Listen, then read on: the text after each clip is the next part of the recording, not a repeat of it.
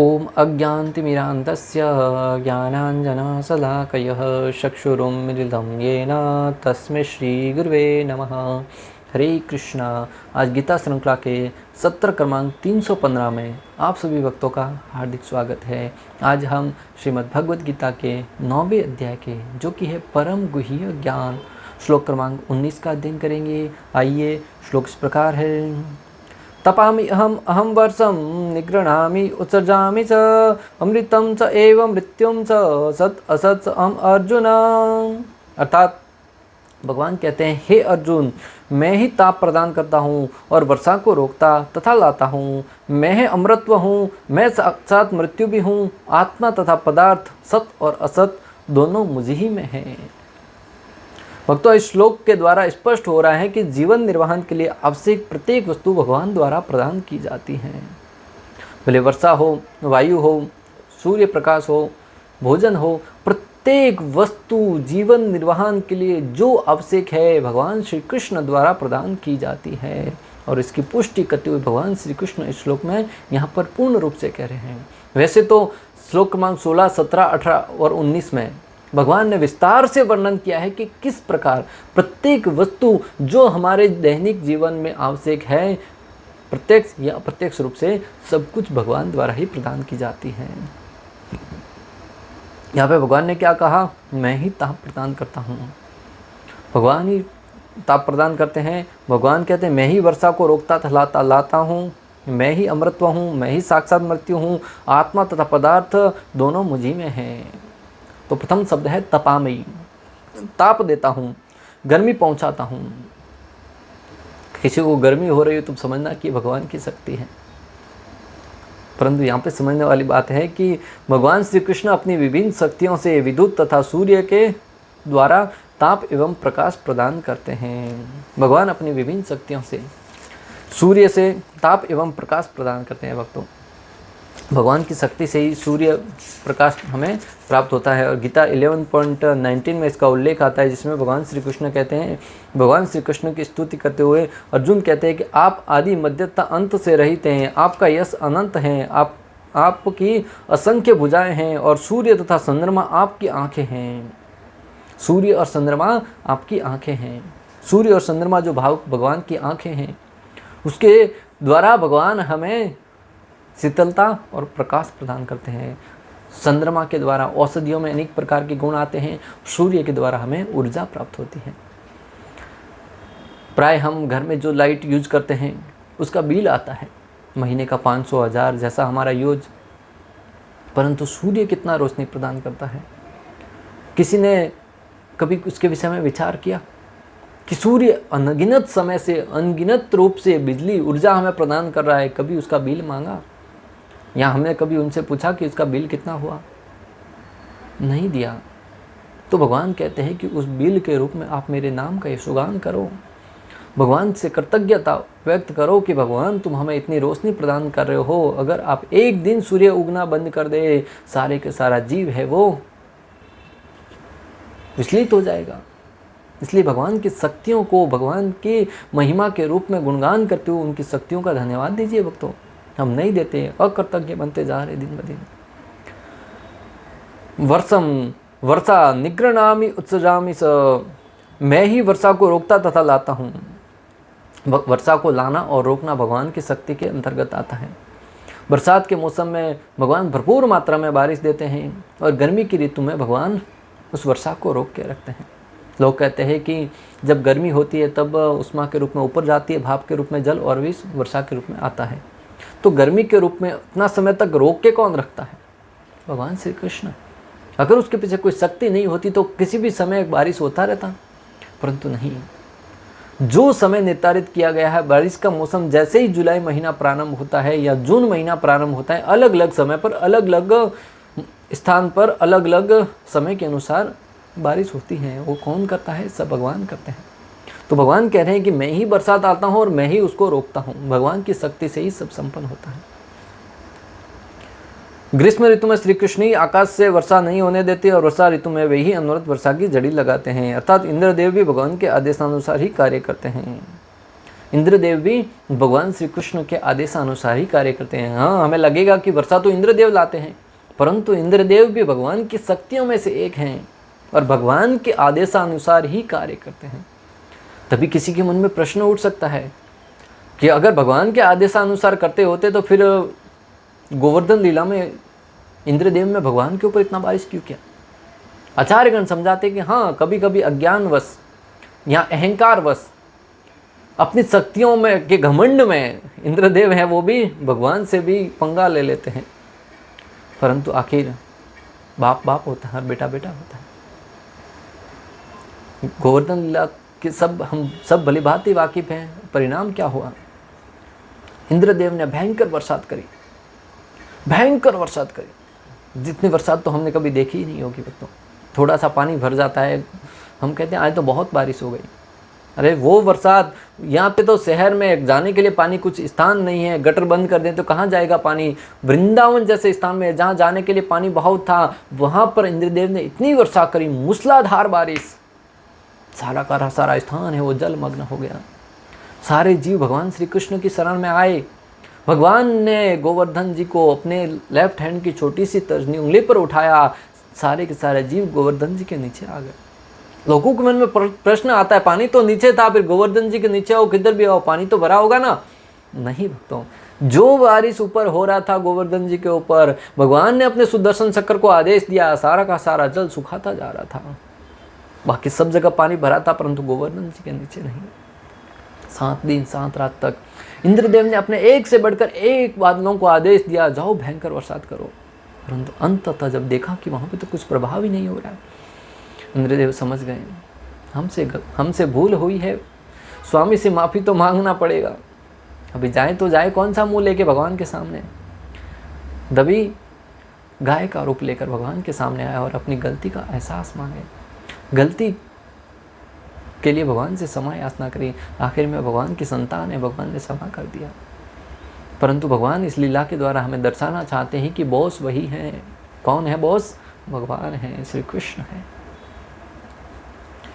अमृतम चैव मृत्युम च, मैं अमृत्व हूँ और साक्षात मृत्यु भी। भगवान कहते हैं कि अमृत्व भी मैं हूँ और मृत्यु भी मैं हूँ। जो शक्ति हमें जीवन प्रदान करती है वह कृष्ण है और अंत में मृत्यु रूप में हमें कृष्ण मिलते हैं। जो शक्ति हमें जीवन प्रदान करती है वह भगवान श्री कृष्ण है। बच्चा एक माता के गर्भ में जैसे ही जाता है, 9 महीने तक अंदर क्या खाता है, क्या पीता है, क्या मालूम कहाँ से उसको पोषण हो रहा है, किसी ने कभी विचार करने का प्रयास किया? कैसे उसको वहाँ पे अंदर पोषण होता है? 9 महीने तक उसको अंदर कौन खाना खिला रहा होता है? अक्सर लोग कहते हैं ना, ये तो मुझ पर आश्रित है, फिर माता के गर्भ में उसके पालन कौन कर रहा है? क्या तुमने कभी उसको अलग से जाके खाना खिलाया? सारी की सारी अरेंजमेंट भगवान द्वारा होती है। जब एक माता के गर्भ में रहने वाले बच्चे का भी पालन पोषण भगवान करते हैं, तो हम कौन से गर्भ में फूले नहीं समाते हैं, कौन से अहंकार में ढिंढोरा पीटते फिरते हैं? इन लोगों का पोषण मैं कर रहा हूँ, पता है इतने लोगों को मैं भोजन करवा रहा हूँ। अरे तुम्हारे लिए भोजन की व्यवस्था कौन कर रहा है? इस बारे में कभी विचार किया? तो भगवान श्री कृष्ण है वो जन्म से लेकर मृत्यु तक प्रत्येक व्यक्ति का पालन पोषण करते हैं। मृत्यु के समय हमें काल के रूप में प्राप्त होते हैं। सृष्टि के प्रारंभ में जब ब्रह्मा जी ने जीवों के निर्माण की, तब वे अचेत अवस्था में थे। भगवान जब परमात्मा रूप में प्रत्येक जीव के हृदय में अपने आप का विस्तार किया, तब जीव है वो चलायमान हुए। जब सृष्टि का निर्माण किया भक्तों, ब्रह्मा जी ने भगवान के आदेशानुसार सृष्टि का निर्माण तो किया, परंतु सारे के सारे जीव हैं वो अचेत थे, कोई चल नहीं पा रहा था। तो ब्रह्मा जी ने भगवान से प्रार्थना की, तो भगवान श्री विष्णु है वो अपना विस्तार करके प्रत्येक जीव के हृदय में परमात्मा रूप में प्रवेश किए, तब जीव है वो चलायमान हुआ। आज जैसे ही व्यक्ति की मृत्यु हो जाती है, कहते वो तो चला गया। कहाँ चला गया भाई? भगवान की शक्ति खींच ली। शरीर तो हमारे सामने पड़ा रहता है, परंतु वो जैसी आत्मा अंदर से निकल जाती है, भगवान उसको खींच लेते हैं, तब व्यक्ति की मृत्यु हो जाती है। जिससे सिद्ध होता है कि जो भी हम कार्य कर रहे हैं भगवान की शक्ति से ही कर रहे हैं। जब व्यक्ति की आयु पूर्ण हो जाती है, तब वह काल रूपी भगवान के मुख में प्रवेश कर जाता है। जब व्यक्ति की आयु पूर्ण हो जाती है, तब वह काल रूपी भगवान के मुख में प्रवेश कर जाता है। इसकी पुष्टि भगवद गीता 11.26, 27, 28 में विस्तार से वर्णन आता है। अर्जुन भगवान श्री कृष्ण का विराट रूप देख रहा था, तब भगवान से प्रार्थना स्तुति करते हुए भगवान की कहता है कि धृतराष्ट्र के सारे पुत्र अपने समस्त सहायक राजाओं सहित तथा भीष्म, द्रोण, कर्ण एवं हमारे प्रमुख योद्धा भी आपके विकराल मुख में प्रवेश कर रहे हैं। उनमें से कुछ के सिरों को तो मैं अपने आपके दांतों के भी सुन्नित हुआ देख रहा हूँ। जब भगवान का विराट रूप देख रहे थे अर्जुन, तब अर्जुन देख पा रहे थे कि काल के रूप में भगवान के मुख में अनेक योद्धा हैं, वो प्रवेश कर रहे हैं, मृत्यु के मुंह में प्रवेश कर रहे हैं। तो तभी अर्जुन समझ गए कि मृत्यु है वो भी भगवान का एक मुख है, काल है वो भगवान की ही शक्ति है। जब व्यक्ति की आयु पूर्ण हो जाती है तब भगवान उसको शक्तिहीन कर देते हैं, उसको अपने अंदर समाहित कर लेते हैं। परंतु लोगों को लगता है कि ये जीवन प्रक्रिया चल रही है, वो काल के द्वारा उसको भक्षण किया जाता है, वो भगवान की ही शक्ति है, जिससे सिद्ध होता है कि राखे कृष्ण मारे के, मारे कृष्ण राखे के। जिसको कृष्ण बचाना चाहे भले उसे कौन मार सकता है, और जिसे कृष्ण मारना चाहे उसे कौन बचा सकता है, क्योंकि काल शक्ति भी भगवान की है और जीवन प्रदान करने वाली शक्ति भी भगवान की है। जिस प्रकार नदियों की अनेक तरंगे समुद्र में प्रवेश करती हैं, उसी प्रकार से समस्त महान योद्धा भी आपके प्रज्वलित मुख में प्रवेश कर रहे हैं। अर्जुन भगवान से कह रहे हैं, जिस प्रकार अनेक प्रकार की तरंगे समुद्र में प्रवेश करती हैं, नदियों की अनेक तरंगे वो समुद्र में प्रवेश करती हैं, उसी भांति बड़े बड़े तिमंगल मछलियों की भांति बड़े बड़े योद्धा हैं, वो भगवान के मुख में प्रवेश कर रहे थे।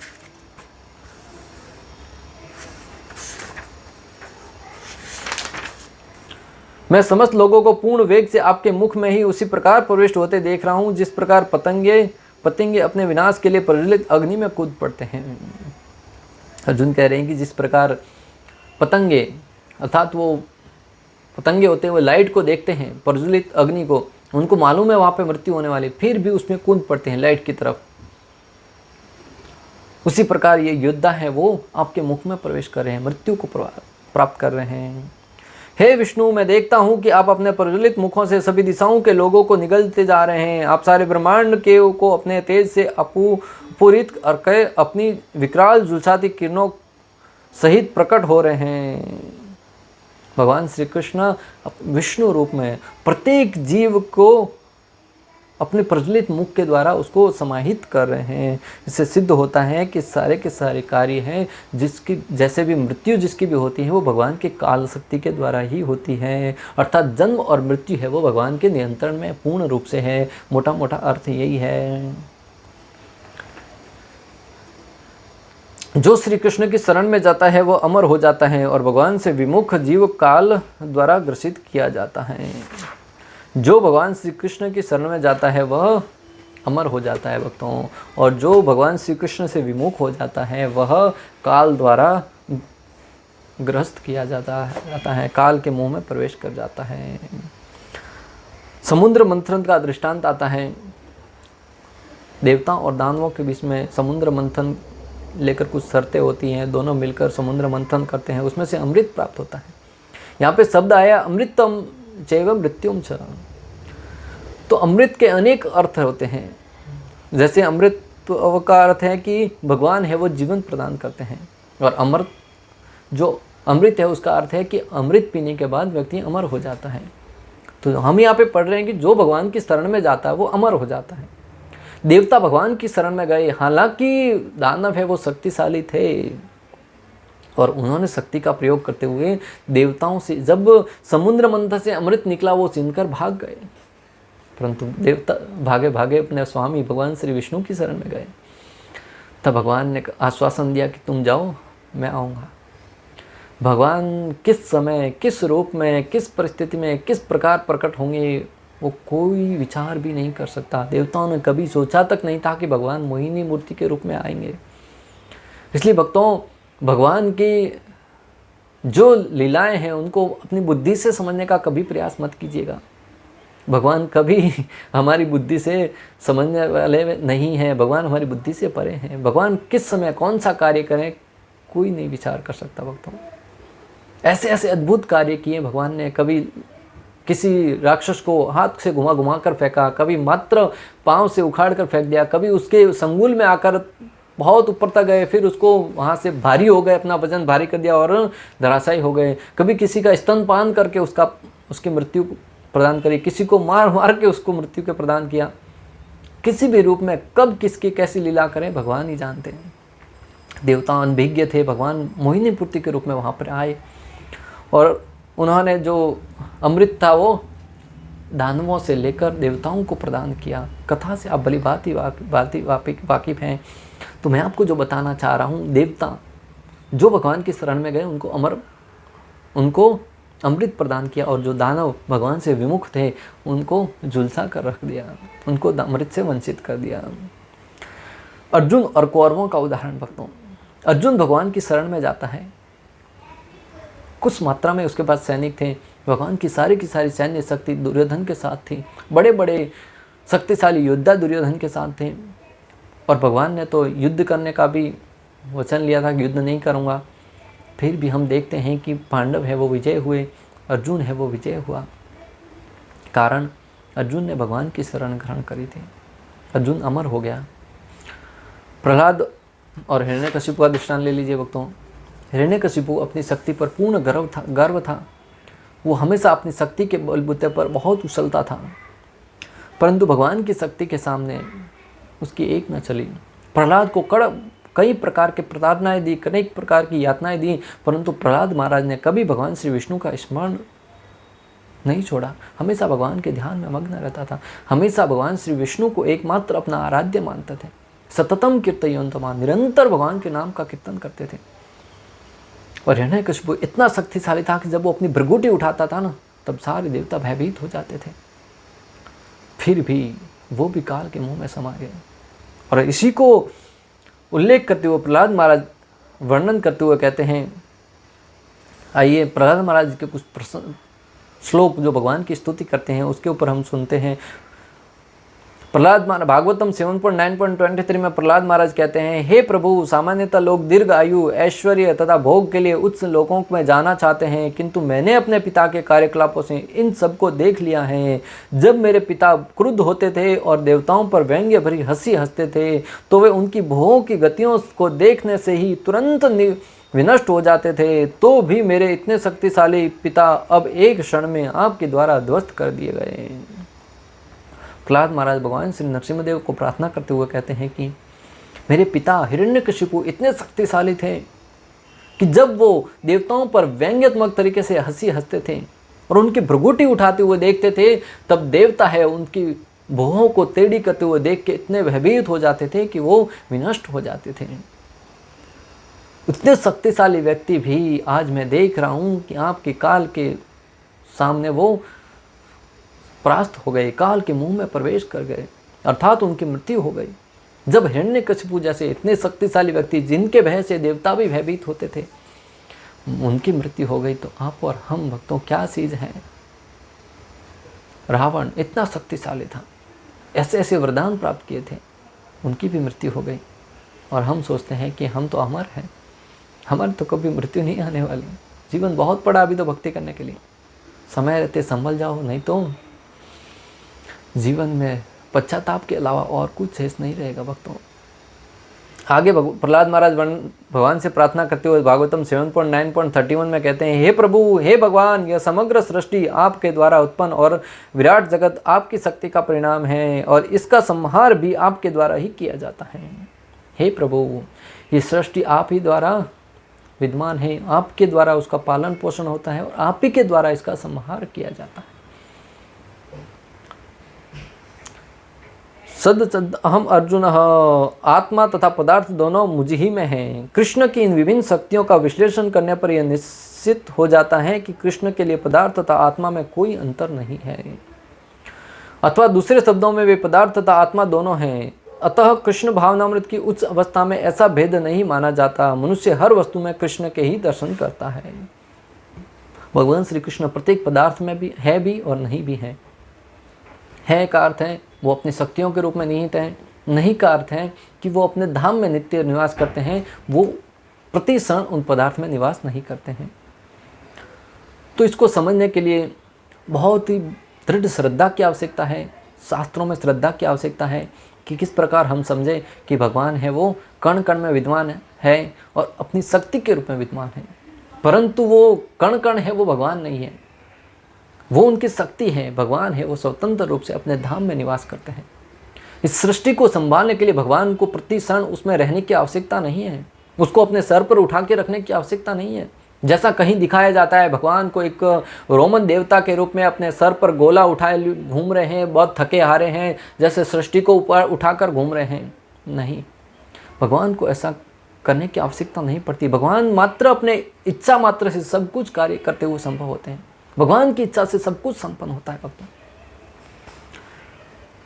मनुष्य हर वस्तु में कृष्ण को ही दर्शन करता है। हमें हर वस्तु में भगवान श्री कृष्ण की शक्ति के रूप में उनका दर्शन करना चाहिए। प्रत्येक कण कण में भगवान की शक्ति के रूप में, अगर एक पत्ता भी हिल रहा है भगवान की शक्ति से हिल रहा है, तो उसमें भी जीव है वो भगवान की शक्ति है, उसके रूप में भगवान का दर्शन करें। सुखी श्री कृष्ण पदार्थ तथा आत्मा दोनों हैं, अतः समस्त भौतिक प्राकृतियों से युक्त यह विराट विश्व रूप भी श्री कृष्ण ही है। सुखी ये कृष्ण पदार्थ तथा आत्मा दोनों हैं, अतः समस्त भौतिक प्राकृतियों से युक्त विराट विश्व रूप भी भगवान ही है। एवं वृंदावन में 2 भुजाओं वाले वंशी वादन करते श्याम सुंदर रूप में उनके लीलाएं उनके भगवान रूप की ही होती हैं। यहाँ पे श्रील प्रभुपाद समझा रहे हैं कि जो संपूर्ण ब्रह्मांड में कण कण है उसमें भी भगवान निहित है, तो देखा जाए तो वो भी भगवान ही श्री कृष्ण ही है। और दूसरी तरफ वृंदावन में जो बलराम जी के साथ निवास करते हैं, 2 भुजाओं वाले स्वयं श्री कृष्ण बंसी बजाते हुए अनेक प्रकार की लीलाएं करी, गोपियों के साथ, गोप बालाओं के साथ, गायों के साथ जो जो लीलाएं करी भक्तों, वो भी भगवान श्री कृष्ण का रूप है। तो हमें इतना संकीर्ण मानसिकता का नहीं होना चाहिए कि भगवान अगर कण कण में विद्वान है तो श्री कृष्ण के रूप में, मनुष्य रूप में नहीं हो सकते, और अगर मनुष्य रूप में है तो उसमें नहीं हो सकते, क्योंकि भगवान है वो किसी के समझने के बस की बात नहीं है। प्रहलाद महाराज कहते हैं कि भगवान श्री कृष्ण है उसको कोई भी ठीक नहीं समझ पाया है अभी तक। यमराज जी ने तो यहाँ तक कहा कि 12 महाजन है जो भगवान श्री कृष्ण को ठीक जानते हैं, वो भी भगवान को पूर्ण रूप से नहीं जानते हैं। भगवान को कोई पूर्ण रूप से जानता है तो वो भगवान ही है, वरना अभी आज तक कोई नहीं बना जो भगवान को जानता हो। भगवान जो चाहे वो कर सकते हैं। भगवान कभी चाहे तो ब्रह्मा जी के नाक से प्रवेश अवतार ले लेते हैं, कभी कछुए के रूप में अवतार ले लेते हैं, कभी किसी माता के घर में जन्म ले लेते हैं, कभी अपनी इच्छा से, कभी खंबे में से प्रकट हो लेते हैं, कभी किसी रूप में प्रकट हो, कभी मत्स्य रूप में प्रकट हो जाते हैं। तो हम विचार भी नहीं कर सकते कि भगवान ऐसा कैसे कर सकते हैं। कौन चाहेगा मत्स्य रूप में प्रकट होना, कौन चाहेगा वराह रूप में प्रकट होना, कौन चाहेगा कि खंबे में से प्रकट हो। जिसका सर है वो शेर का है, शरीर है वो मानव का है, अलग अलग रूप है। भक्तों, हमें उसके ऊपर ज़्यादा दिमाग लगाने की आवश्यकता नहीं। हमें इतना समझना है कि भगवान है वो अनंत है, भगवान की शक्तियाँ अनंत है। सृष्टि में जो कुछ भी हो रहा है भगवान की शक्ति से ही हो रहा है। इस सृष्टि में जो कुछ भी कार्य घटित हो रहे हैं भगवान की शक्ति के अंतर्गत ही हो रहे हैं। हमें भगवान की शक्तियों को प्रणाम करते हुए, भगवान का धन्यवाद देते हुए जीवन में प्रति क्षण भगवान का भजन करना है, भगवान का गुणगान करना है, भगवान को धन्यवाद देना है।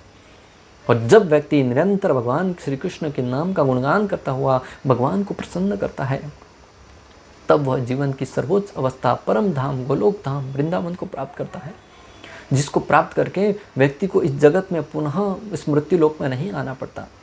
इसलिए आप सबसे निवेदन है कि जीवन से समय निकाल कर जीवन में कोई भी कार्य करेंगे, कुछ समय के उपरांत उसका समाप्त हो जाएगा, कुछ समय के उपरांत उसका खात्मा हो जाएगा, परंतु भक्ति एक ऐसा चीज़ है जिससे व्यक्ति इस जन्म में और अगले जन्म में निरंतर कंटिन्यू कर सकता है। वो मृत्यु के उपरांत भी साथ चलेगा। नेहा विक्रमना सोचती प्रत्यवायो न विद्यते स्व अल्पम अपि अस्य धर्म से त्रायते में तो भयात।